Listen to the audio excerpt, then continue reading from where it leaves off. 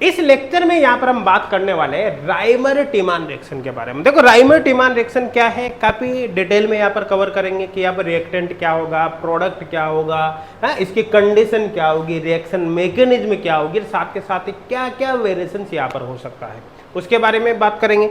देखो यहाँ पर मैं बता देता हूँ कि राइमर टीमान रिएक्शंस की बात करें तो राइमर टीमान रिएक्शन एक बेसिक रिएक्शन है। नॉर्मली ज्यादातर स्टूडेंट इसके बारे में ऑलरेडी जानते हैं, यूं मान के चलो। बस कोई भी डाउट आपके नहीं रहे, अगर छोटे मोटे डाउट आपके हो तो क्लियर हो जाए, इसलिए यहाँ पर इसको अपन कवर करेंगे। और यहाँ पर मैं आपको बता देता हूँ कि नेट के अंदर अगर बात करें नेट के अंदर तो इससे ऑलरेडी क्वेश्चन आ चुके हैं CSIR नेट के अंदर, ठीक है। आने वाले समय में हो सकता है गेट में भी आपको यहाँ से क्वेश्चन देखने को मिले। यहाँ पर एक्चुअली दो तरह से इंपॉर्टेंस है, हो सकता है कि डायरेक्ट क्वेश्चन आपको देखने को मिल जाए, है ना, डायरेक्ट राइमर टीमान का सीधा क्वेश्चन उठकर आ जाए, जिसकी पॉसिबिलिटी अपने आप में काफी कम है ना, हो सकता है आ जाए और आया हुआ भी है, ऑलरेडी आ भी चुका है क्वेश्चन, ठीक है। लेकिन अगर मैं बात करूं तो यहाँ पर किसी जो मल्टी स्टेप क्वेश्चन होता है, मतलब एक क्वेश्चन है जिसमें कई सारी स्टेप है कि ऐसे पहले बी बना, बी से सी बना, सी से डी बना, तो किसी न किसी स्टेप में राइमर टीमान का कॉन्सेप्ट काम में ले लिया जाए तो ऐसे भी हो सकता है। तो डायरेक्ट क्वेश्चन भी हो सकता है या फिर रिएक्शन के किसी स्टेप में इसका कॉन्सेप्ट काम में लिया जा सकता है। तो कुल मिलाकर सीधी सीधी बात है, नेट के लिए और गेट के लिए दोनों के लिए इंपॉर्टेंट है, अच्छे से आप यहाँ पर समझने की कोशिश करना।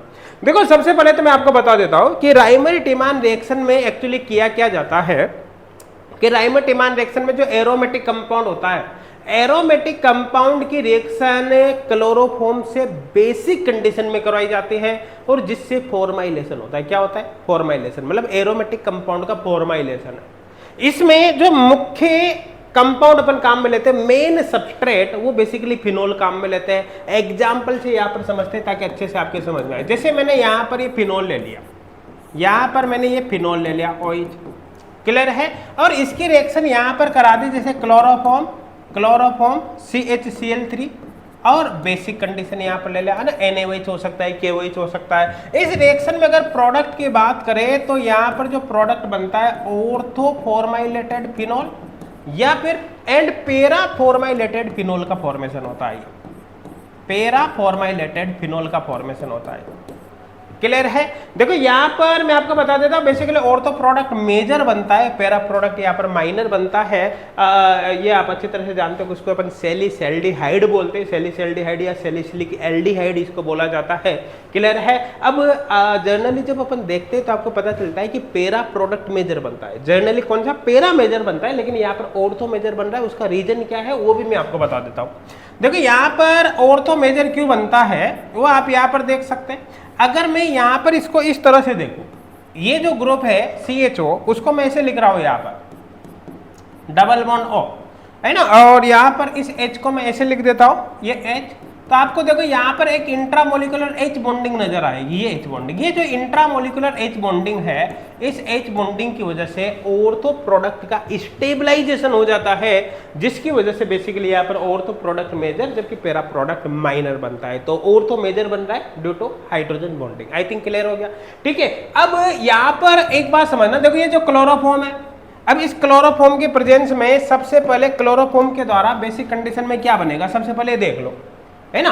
तो आपको पता है कि ये बेस है, बेस इस हाइड्रोजन को ले लेगा यहाँ से, क्योंकि 3Cl के स्ट्रॉन्ग -I की वजह से हाइड्रोजन क्या होता है, एसिडिक होता है। और जैसे ये हाइड्रोजन को लेगा तो हाइड्रोजन को लेते यहाँ पर क्या बन जाएगा, CCl3- बन जाएगा। CCl3- में से जैसे मैं एक Cl- यहाँ से बाहर निकालूंगा, बेसिकली यहाँ पर CCl2 बनेगा। ये डाइक्लोरोकार्बन है और ये जो डाइक्लोरोकार्बन है यही इस रिएक्शन में इलेक्ट्रोफाइल की तरह काम करता है। सीधी सीधी बात है, ये जो कंडीशन हमको यहाँ पर दी गई है CHCl3OH-, इससे हमको क्लोरोफॉर्म, इससे हमको डाइक्लोरोकार्बन मिल जाता है इलेक्ट्रोफाइल की फॉर्म में। आपको यह भी पता है कि मीडियम बेसिक है तो फिनोल का H चला जाएगा, जैसे H जाएगा तो ये O- में कन्वर्ट होगा यहाँ पर, क्लियर है। इस तरह से ये O-, यहाँ पर इसको मैं ऐसे लिख सकता हूँ, क्लियर है। और आपको पता है कि ये जो डाइक्लोरोकार्बन है एक इलेक्ट्रोफिलिक नेचर का होता है, इलेक्ट्रॉन डिफिशिएंट होता है। इसके वैलेंस शेल में केवल कितने इलेक्ट्रॉन है, 6 इलेक्ट्रॉन, आप देख सकते हो। ये Cl 2 इलेक्ट्रॉन यहाँ पर है, 2 इलेक्ट्रॉन यहाँ पर है, 2 इलेक्ट्रॉन यहाँ पर है। वैलेंस शेल में टोटल कितने इलेक्ट्रॉन है भाई, केवल 6 इलेक्ट्रॉन यहाँ पर है, ठीक है। तो इलेक्ट्रॉन डेफिशिएंट होने के कारण इलेक्ट्रोफाइल की तरह बिहेव करता है। अब देखो ध्यान देना, जैसे ये यहाँ से यहाँ पर नेगेटिव आएगा, यहाँ पर नेगेटिव आते, इस पर क्लोरोफॉर्म का, इस डाइक्लोरोकार्बन का अटैक यहाँ पर हो जाता है। और ऐसे केस में यहाँ पर आपको ये डबल बॉन्ड O, और यहाँ पर देखो एक हाइड्रोजन तो ऑलरेडी है ही, से साथ के साथ यहाँ पर क्या हो गया CCl2, ये हो गया बॉन्ड बनते, इसके और इसके बीच बॉन्ड बनते, यहाँ पर माइनस आएगा, आगे ये जो बॉन्ड है वो एज इट इज रहने वाला है। क्लियर, ये होगा। अब यहाँ पर देखो एक बात समझना, देखो यहाँ पर इस रिंग की एरोमेटिसिटी डिस्टर्ब हो चुकी है, इसके यहाँ पर क्या हो गई भाई, एरोमेटिसिटी डिस्टर्ब हो गई। एरोमेटिसिटी डिस्टर्ब हो गई तो अपनी एरोमेटिसिटी को वापस गेन करने की कोशिश करेगा या नहीं करेगा, करेगा ना। तो ये अपनी एरोमेटिसिटी को यहाँ पर इस तरह से गेन कर लेता है ना। और ऐसे केस में यहाँ से H+ निकलेगा तो H+ किस पे ट्रांसफर हो जाएगा, इस पर। क्लियर यहाँ तक। तो कुल मिलाकर मैं सीधा सीधा यहाँ पर इस तरह से लिख देता हूँ, यही से कर देता हूँ। यहाँ तो डबल बॉन्ड आ जाएगा, यहाँ सिंगल बॉन्ड, यहाँ O- हो जाएगा। तो कुल मिलाकर क्या होगा भाई, यहाँ डबल बॉन्ड आ जाएगा, ये है ना। यहाँ पर क्या होगा, एक बॉन्ड टूट जाएगा, ये है ना, एक बॉन्ड टूटते यहाँ पर क्या हो जाएगा, वहाँ पे O-, ये H का इस पे ट्रांसफर हो जाएगा। तो H इस पे ट्रांसफर होते ही क्या होगा, यहाँ का माइनस हट जाएगा और यहाँ पर CH हो जाएगा, ये CH ऐसे मैं लिख सकता हूँ। ये मैंने यही पर बना दिया। कुल मिलाकर सीधी सीधी बात है, जैसे इसका अटैक इस पर होगा ये इसमें कन्वर्ट हो जाएगा। आगे आपको पता है यहाँ पर क्या है, ये OH- है इसे बेस। अब देखो OH- है तो कुल मिलाकर ये OH- कहाँ पर अटैक करेगा, OH- यहाँ पर अटैक करेगा और यहाँ से Cl- बाहर चला जाएगा। तो ऐसे केस में फाइनली यहाँ पर एक्चुअली क्या होगा आप देख सकते हैं, देखो ये O- और यहाँ पर ये double bond double bond double bond, यहाँ पर ये OH इस पर जुड़ जाएगा। तो ये यहाँ पर हाइड्रोजन तो है ही सही ऑलरेडी, एक Cl भी यहाँ पर रहेगा और ये यहाँ पर हो गया OH। अब आपको बताइए यहाँ से यहाँ पर ये लिविंग ग्रुप बाहर निकल जाएगा तो सीधी सीधी बात है किस में कन्वर्ट हो जाएगा, इसमें। अच्छा यहाँ पर O- रहेगा, O- रहेगा, एक्चुअली वर्कअप के बाद ये O- ये OH में ही कन्वर्ट होगा। तो आप कंफ्यूज मत होना, आप भी मत सोना यहाँ तो O- है ना। क्लियर है, आप कंफ्यूज बिल्कुल ही मत होना। O- वर्कअप के बाद किस में, OH में कन्वर्ट हो जाएगा। ये सिंपल से मैकेनिज्म है, इतना सा आपको ध्यान रखना। क्लियर है, समझ में आ रहा है। अब एक बात यहाँ पर आप समझना कि यहाँ पर आपके कंफ्यूजन ये हो सकता है, चलो ये ऑर्थो प्रोडक्ट बन गया, ये तो मेरे समझ में आ गया, पेरा कैसे बनेगा। तो देखो पेरा भी मैं यहीं पर बता सकता हूँ आपको कैसे बनेगा। मान के चलो अगर पेरा प्रोडक्ट बनना होता तो कैसे करते, इसको मैं यहाँ से इसको यहाँ से इसको यहाँ से शिफ्ट करता। ऐसे केस में जो CCl2 यहाँ पर ऑर्थो पर अटैक कर रहा है, ऑर्थो की जगह कहाँ पर अटैक कर जाता, पेरा पर। अब जब पेरा पर अटैक करता तो ऑर्थो की जगह पर यहाँ पर पेरा प्रोडक्ट बन जाता। इतना सा आपको ध्यान रखना, इसके अलावा और कुछ भी यहाँ पर याद रखने की आवश्यकता नहीं है। क्लियर है, मेरे हिसाब से कोई डाउट नहीं होगा, बहुत अच्छे से यहाँ पर समझ में आ गया होगा ये। अब एक बात समझना आप, ये जो राइमर टिमान रिएक्शन होती है, राइमर टिमान रिएक्शन में बेसिकली ऑर्थो प्रोडक्ट ही मेजर बनता है। और यहाँ पर ऑर्थो प्रोडक्ट मेजर बनने का रीजन भी आपके समझ में आ गया होगा, है ना। लेकिन एक बात ध्यान देना, अगर एक भी ऑर्थो पोजीशन यहाँ पर पहले से भरी हुई होती, यहाँ पर कोई ग्रुप होता तो उस कंडीशन में डायरेक्ट पेरा प्रोडक्ट बनता, है ना। जो CHO होता वो दूसरी ऑर्थो पर नहीं जाता। मतलब अगर दोनों ऑर्थो में से एक भी ऑर्थो भरी हुई है तो सीधी पेरा प्रोडक्ट बनता। मैंने यहाँ पर लिखा भी हुआ है, आप देख सकते हो। देखिए यहाँ पर क्या लिखा है कि Reimer Tiemann reaction is take place at ortho position, कहाँ पर, ऑर्थो पर होते हैं। बट इफ वन और both ortho position is already occupied then it will be take place at the para position. अगर एक या दोनों ऑर्थो पोजीशन बनी हुई है तो पेरा पर होता है। एग्जाम्पल से मैं आपको समझाता हूं ताकि आपको बहुत अच्छे से यहाँ पर समझ में आए, एक एक चीज क्लियर हो। जैसे यूं समझ लो आप कि यहाँ पर हमने ये लिया, ये OH, ठीक है, और यहाँ पर CH3। अब ऑर्थो पोजीशन भरी हुई है। अब आपको राइमर टिमान रिएक्शन कराने, जैसे CCl3 OH-, तो फॉर्माइलेशन आप ऑर्थो भरी हुई है तो दूसरी ऑर्थो पर नहीं करोगे, सीधा कहाँ पर करोगे, पेरा पोजीशन पर। तो यहाँ पर प्रोडक्ट क्या बन जाएगा भाई, यहाँ पर प्रोडक्ट बन जाएगा ये तो भरी हुई है तो प्रोडक्ट यहाँ पर बन जाएगा ये CHO। क्लियर, यहाँ तक समझ में आ रहा है ना। अब देखो इसी में थोड़ा सा वेरिएशन करके आपको मैं दिखाता हूँ ताकि कोई डाउट आपके दिमाग में यहाँ पर नहीं रहे। जैसे सपोज करो कि दूसरी ऑर्थो भी भरी हुई है, ये ऑर्थो भी भरी हुई है CH3। क्योंकि अब दोनों ही ऑर्थो भरी हुई है तो जब एक ऑर्थो भरी हुई थी तब ग्रुप पेरा पर गया है, तो जाहिर सी बात है जब दोनों ऑर्थो भरी हुई होगी तब ये ग्रुप कहाँ पर जाएगा, पेरा पर ही जाएगा। मतलब फॉर्माइलेशन कहाँ पर होगा, पेरा पर होगा। अब इसमें देखो एक वेरिएशन आपको और करके दिखाता हूं। अगर मान लो कि यहाँ पर केस इस तरह का हो, सपोज करो कि यहाँ पर केस इस तरह का हो कि यहाँ पर हमने ले लिया ये OH माइनस OH, और यहाँ पर ले लिया CH3 और यहाँ पर ले लिया CH3। क्लियर है। अब आपको कंडीशन जो है यही कंडीशन ले ली, क्योंकि अब और तो भरी हुई है, एक पैरा भी भरी हुई है।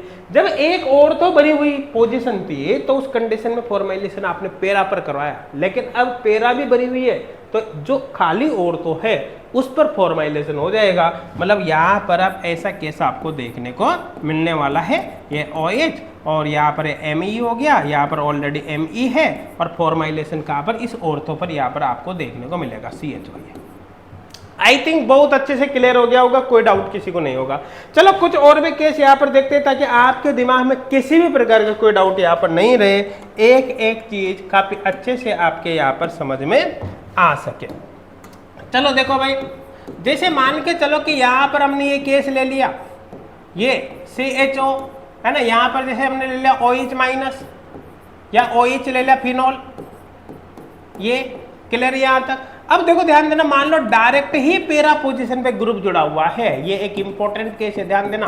और सेम कंडीशन आपने ली वही CHCl3 OH माइनस, तो ऐसे केस में देखो पैरा भरी हुई है तो प्रोडक्ट और तो बनेगा, इसमें कोई डाउट नहीं है, इसमें कोई डाउट नहीं है, यहाँ पर प्रोडक्ट और तो ही बनेगा ये CHO, क्योंकि पैरा तो भरी हुई है। लेकिन यहाँ पर नॉर्मल के साथ एक एबनॉर्मल प्रोडक्ट भी बनता है, मतलब यहाँ पर आपको ऐसा केस भी देखने को मिलेगा, ये OH और उसके साथ साथ आपको ऐसा केस भी यहाँ पर देखने को मिलेगा।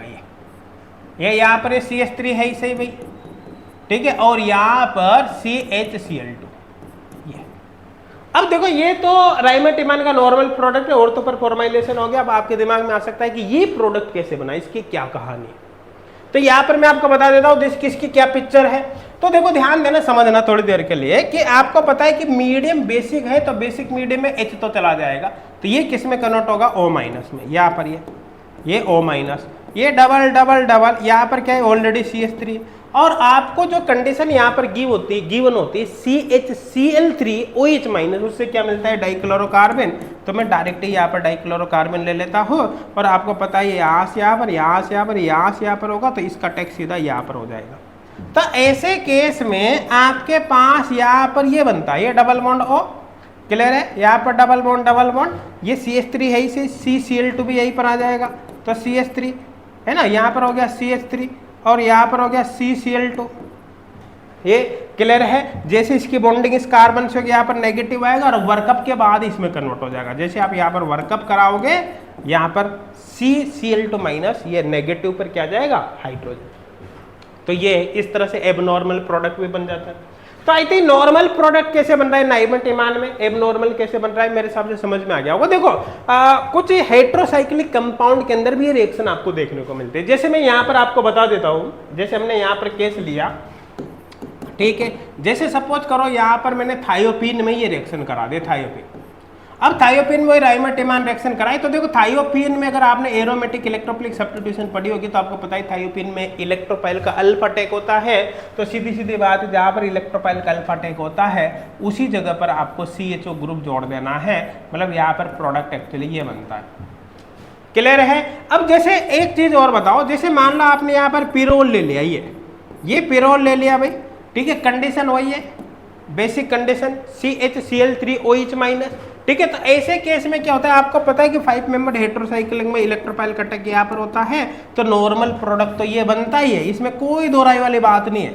ये नॉर्मल प्रोडक्ट तो यहाँ पर बनना ही बनना है, ये है ना CHO, लेकिन इसके साथ एक एबनॉर्मल प्रोडक्ट यहाँ पर और बन जाता है, यहाँ पर ये प्रोडक्ट भी आपको देखने को मिलता है। ये अब आपके दिमाग में आएगा कि ये प्रोडक्ट कैसे बनेगा। देखो यहाँ पर जो कंडीशन है, कौन सी कंडीशन, CHCl3 OH माइनस, आपको अच्छी तरह से पता है कि ये जो गिवन कंडीशन है, इस कंडीशन में आपको क्या मिलने वाला है, CCl2 मिलने वाला है, डाइक्लोरोकार्बन, है ना। और आपको पता है ये बेस है, बेस इस हाइड्रोजन को भी निकाल देगा, तो यहाँ पर नेगेटिव आएगा नहीं आएगा। तो अगर मैं देखूँ यहाँ पर, तो यहाँ पर एक्चुअली ये केस है, ये देखो ध्यान देना, डबल बॉन्ड, यहाँ पर नेगेटिव, और यहाँ पर क्या है, डबल बॉन्ड है। ये एक्चुअली जो CCl2 होता है इस डबल बॉन्ड में ही इंसर्ट हो जाता है, तो इसको मैं ऐसे लिख सकता हूँ, इस कार्बन पर क्या 2 Cl जुड़ा हुआ है, ऐसे। क्लियर यहाँ तक। तो मैंने कुछ भी नहीं किया, इस CCl2 को डबल बॉन्ड में इंसर्ट कर दिया, क्लियर है। साथ के साथ इस H को निकाल के अपन नेगेटिव ले आया। अब चूंकि ये नेगेटिव चार्ज है तो डीलोकलाइज होकर इस बॉन्ड को यहाँ से ब्रेक कर देगा। जैसे यहाँ पर बॉन्ड बनेगा ये Cl यहाँ से बाहर निकल जाएगा और ऐसे केस में यहाँ पर ये प्रोडक्ट बन जाएगा। आपको यहाँ पर मैं थोड़ा सा नंबरिंग करके समझाने की कोशिश करता हूँ। जैसे मैंने नाइट्रोजन को 1 नंबर डाल दिया, उसके बाद यहाँ पर 2 नंबर, यहाँ पर 3 नंबर, यहाँ पर 4, यहाँ पर 5, यहाँ पर 6 डाल दिया। अब आप इसको मैच करके देखो भाई, अच्छे से समझ में आ जाएगा आपके। जैसे 1 नंबर नाइट्रोजन को डाला है, 2 नंबर, फिर 3, फिर 4, 5, तो यहाँ पर देखो 1 2 3 4 5 6, ये यहाँ पर कर दिया 5 6। अब आप देख सकते हैं ये बॉन्ड तो खत्म हो ही जाएगा। 3 पोजीशन का एक Cl निकल गया तो एक Cl बचेगा, 3rd पोजीशन पर एक Cl बच रहा है। देखो 3 और 4 पोजीशन पे यहाँ पर ये डबल बॉन्ड आएगा बॉन्ड टूटने से, तो 3rd 4 पर डबल बॉन्ड आएगा। देखो सब कुछ मैच हो रहा है, नहीं हो रहा है ना। तो ये यहाँ पर एबनॉर्मल प्रोडक्ट इस तरह से बन जाएगा। क्लियर है। आई थिंक बहुत अच्छे से आपके समझ में आ रहा होगा कि राइमर टीमान रिएक्शन आखिरकार क्या है और किस तरह के केस यहाँ पर बन सकते हैं, उनको आपको कैसे सोल्व करना है। हाँ भाई, क्लियर है, नहीं है? क्लियर है। आई थिंक सबके समझ में आ रहा होगा, सबके समझ में आ रहा होगा, ठीक है ना। और भी केस में लेकर आपको दिखाता हूं। जैसे ये क्वेश्चन यहाँ पर है और ये क्वेश्चन आपके नेट एग्जाम में ऑलरेडी पूछा जा चुका है। ध्यान देना, ये क्वेश्चन ऑलरेडी आपके नेट एग्जाम में पूछा जा चुका है, नेट के अंदर आ चुका है ये क्वेश्चन। क्लियर है भाई। और प्योरली राइमर टीमान का क्वेश्चन है। और इसके अलावा देखो और भी क्वेश्चन यहाँ से आ चुके हैं जो मिक्स्ड क्वेश्चन है, जिसमें राइमर टीमान के साथ अदर कॉन्सेप्ट को भी काम में लिया गया है। ठीक है, फिलहाल यहाँ पर मैंने राइमर टीमान का क्वेश्चन आपके सामने रखा है जो नेट पे पूछा गया है। अब यहाँ पर देखो ध्यान देना, जैसे ये CHCl3 और ये OH माइनस हो गया, तो आपको पता है इसकी प्रेजेंस में क्या बनेगा, डाइक्लोरोकार्बन CCl2। और ये जो बेस है, बेस इस एसिडिक H को निकाल देगा। ठीक है, तो यहाँ माइनस आएगा और ये जो डबल बॉन्ड है उसमें ये डाइक्लोरोकार्बन इंसर्ट हो जाएगा। ये समझ में आया। तो मैं इसी चीज को अगर यहाँ पर बनाओ इसी को यहाँ पर बनाओ तो आप यहाँ पर देख सकते हैं, देखो ये नाइट्रोजन और यहाँ पर ये हो गया और ये नेगेटिव, और इस डबल बॉन्ड में क्या CCl2 इंसर्ट हो गया, तो यहाँ पर इसको मैं ऐसे लिख सकता हूँ, ये Cl और Cl। क्लियर है। एक बात और समझना, यहाँ पर इंटरमीडिएट की फॉर्म में डाइक्लोरोकार्बन बना, इसका मतलब CHCl वाला गया ऑप्शन, ये भी गया, 2 ऑप्शन तो ये कट ही गया। देखो CCl2 बन रहा है। क्लियर है। अब यहाँ पर देखो ये बना है तो आगे बिल्कुल सिंपल सा प्रोसेस है, यहाँ से यहाँ पर, यहाँ से Cl हो गया। अब नंबरिंग करके मैं आपको समझाता हूँ होगा क्या। यहाँ पर देखो ध्यान देना, इसको 1 डाल दे, इसको 2, इसको 3, इसको 4, इसको 5, इसको 6 डाल दो, तो आप यहाँ पर देख सकते हो कि 1 2 के बीच डबल बॉन्ड आएगा, 3 पर मेथिल होगा, सॉरी 1 2 पर मेथिल होगा और 3 पर 2 Cl में से एक बाहर निकल गया, तो 3 पर 1 Cl होगा, तो 2 पर मेथिल 3 पर 1 Cl, तो यहाँ पर तो 2 पर तो क्लोरीन है, इसका मतलब ये तो गया काम से, ये नहीं होगा। यहाँ पर देख सकते हो 1 2 3 4 5 6, तो आप देख सकते हो 2 पर ये मेथिल आएगा, ये 1 2 के बीच डबल बॉन्ड, ये 2 पर मेथिल आएगा, ये 3 पर 1 Cl बाहर निकल गया तो 3 पर 1 Cl बचेगा, 3 और 4 के बीच डबल बॉन्ड बनेगा ये, और 4 पर ये मेथिल ग्रुप आएगा। सब कुछ मैच कर रहा है, इसका मतलब डी ऑप्शन यहाँ पर करेक्ट होगा। तो आप देख सकते हो ये नेट में पूछा गया क्वेश्चन है ऑलरेडी। तो आई थिंक अब आपकी समझ में आ गया होगा कि राइमर टीमान रिएक्शन एक्चुअली क्या है, किस किस टाइप के केस यहाँ से बन सकते हैं। क्लियर है, समझ में आ रहा है भाई, ठीक है ना। तो इस तरह से आप देख सकते हैं। एक मैं और एग्जांपल आपको यहाँ पर बताता हूँ ताकि अगर कोई डाउट आपके दिमाग में हो तो वो आप समझ सको। जैसे मान लो राइमर टीमान रिएक्शन का ये एक छोटा सा केस मैंने यहाँ पर लिया है ना, जैसे ये हमने ले लिया, यहाँ पर OH माइनस है और राइमर टीमान रिएक्शन आपने CHCl3 और OH माइनस यहाँ पर करा है। आपको देखना है कि इस रिएक्शन में प्रोडक्ट क्या बनेगा। तो सीधी सीधी बात है भाई, है ना, आपको यहाँ पर करना क्या है, आपको यहाँ पर क्या करना है, इस रिएक्शन में प्रोडक्ट क्या बनने वाला है। तो देखो ध्यान देना, आप सीधा सीधा देख लो कि ये जो कंडीशन है इसमें क्या मिलेगा, CCl2 फाइनली CHO में कन्वर्ट होगा, है ना, और CHO आपको उस जगह जोड़ना है जहां पर इलेक्ट्रोफाइल जुड़ता है। अब अगर आपने एरोमेटिक इलेक्ट्रोफिलिक सब्स्टिट्यूशन पढ़ी होगी इस बीटा नेप्थोल की, तो आपको पता होगा कि इसमें इलेक्ट्रोफाइल कहाँ पर अटैक करता है, बीटा नेप्थोल में अल्फा पोजीशन पर। तो जहां पर इलेक्ट्रोफाइल अटैक करेगा उसी जगह पर आपको CHO जोड़ देना है, मतलब यहाँ पर आ जाएगा CHO, ये यहाँ पर प्रोडक्ट बनेगा। क्लियर है। तो मेरे हिसाब से अब राइमर टिमान रिएक्शन से रिलेटेड कोई डाउट आपके दिमाग में नहीं होगा, अच्छी तरह से आपके समझ में आ गया होगा कि राइमर टिमान आखिरकार क्या है, किस किस टाइप की कंडीशंस यहाँ पर बन सकते हैं, केस आप पर बन सकते हैं और आपको उनको किस प्रकार से सॉल्व करना है। आई थिंक अच्छी तरह से क्लियर हो गया होगा, मेरे हिसाब से कोई डाउट यहाँ पर अब आपके नहीं होगा।